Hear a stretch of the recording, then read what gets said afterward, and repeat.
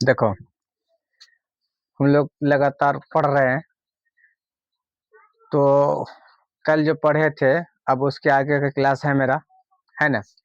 अब इसमें क्या है कि ब्रेल पद्धति, ये वह पद्धति है जिसमें एक नेत्रहीन लड़का, स्टूडेंट, छात्र छात्रा, जिसको दिखाई नहीं पड़ता है ना, जिसको दिखाई नहीं पड़ता है, वो बिंदु के माध्यम से पढ़ लेते हैं। तो पढ़ना सबके लिए है, जरूरी है। तो ये जो सिस्टम निकाला था इस तरीके से पढ़ने के लिए, वो भी आदमी क्या था, नेत्रहीन था, वो भी अंधा था सॉरी, वो भी क्या था, अंधा था।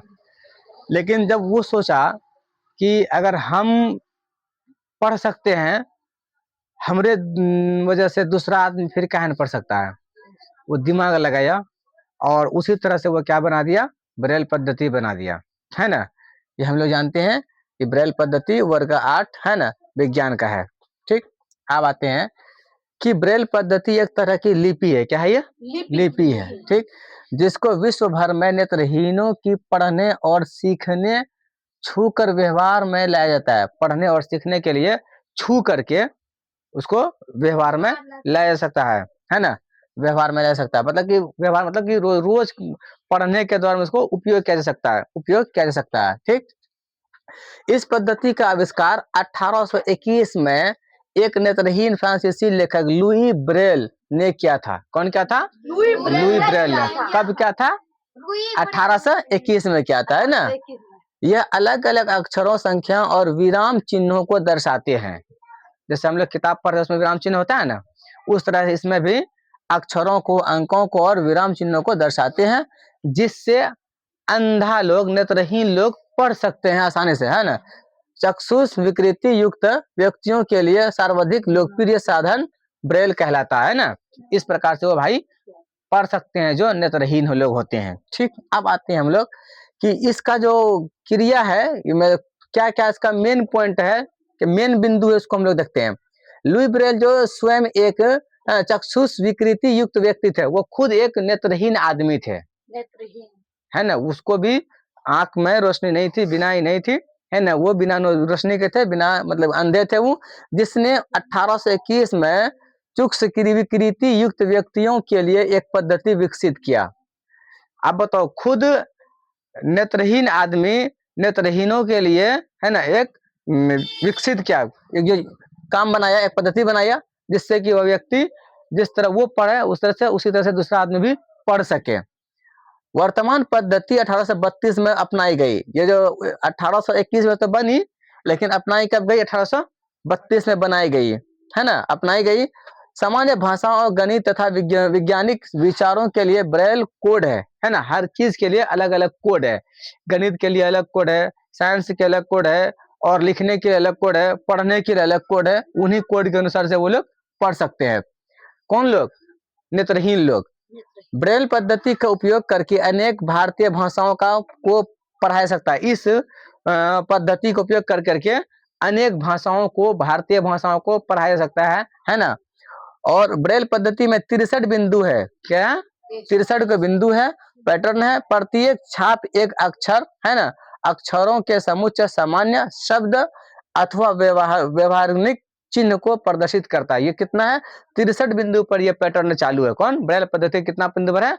63 बिंदु। ये सब जितना भी चीज हम लोग पढ़ रहे हैं ना, ये आप लोगों को सीटेट में पूछा जाता है। सीटेट एग्जाम में ये सब चीज को पूछा जाता है।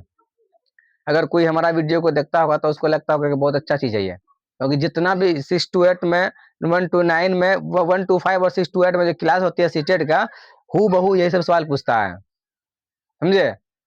6 क्लास से लेकर के 8 क्लास तक का जितना भी साइंस है वो सीटेट में पूछा जाता है। ठीक, अब आ जाओ।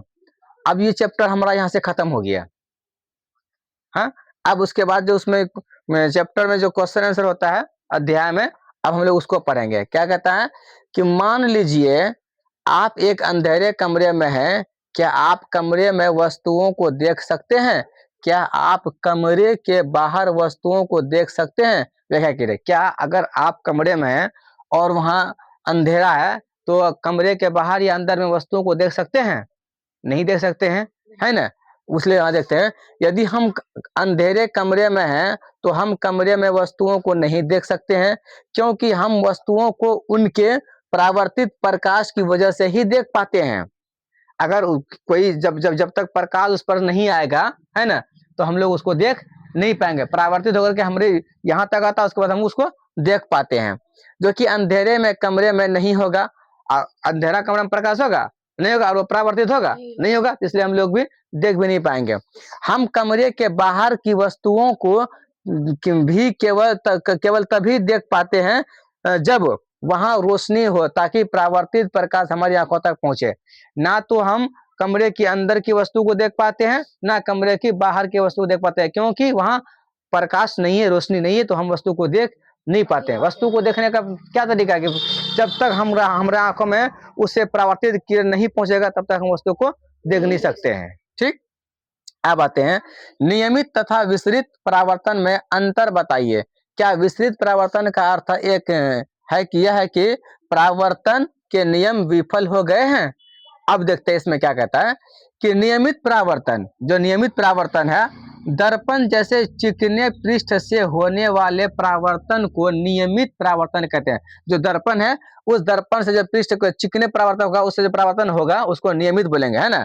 नियमित दर्पण जैसे चिकने पृष्ठ, जिसका वैसा दर्पण जिसका पृष्ठ क्या चिकना हो, होने से होने वाले परावर्तन को नियमित परावर्तन, अब उससे जो परावर्तन होगा उसको क्या बोलेंगे? नियमित परावर्तन बोलेंगे। अगला है विसरित परावर्तन। जब सभी समांतर किरणें किसी समतल पृष्ठ से परावर्तित होने के पश्चात समांतर नहीं होती है।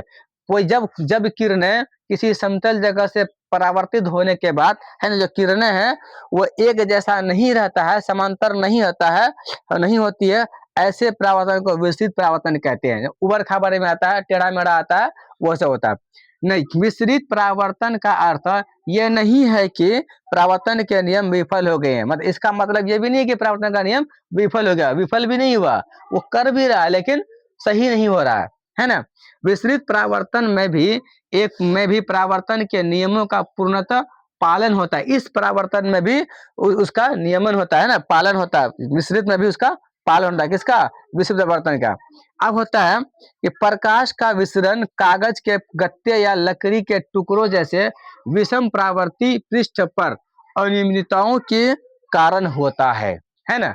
उसी कारण होता है। लकड़ी के गत्ता अगर हम देंगे तो वो प्रकाश टकराएगा नहीं, टकराएगा, उसी में एब्जॉर्ब हो जाएगा, वो खींच लेगा उसी को बाहर होने के लिए नहीं देगा। जब तक चमकीली सतह नहीं रहेगा तब तक उसको बढ़ने के लिए नहीं देगा, है ना। तो समझ में आएगा सबको?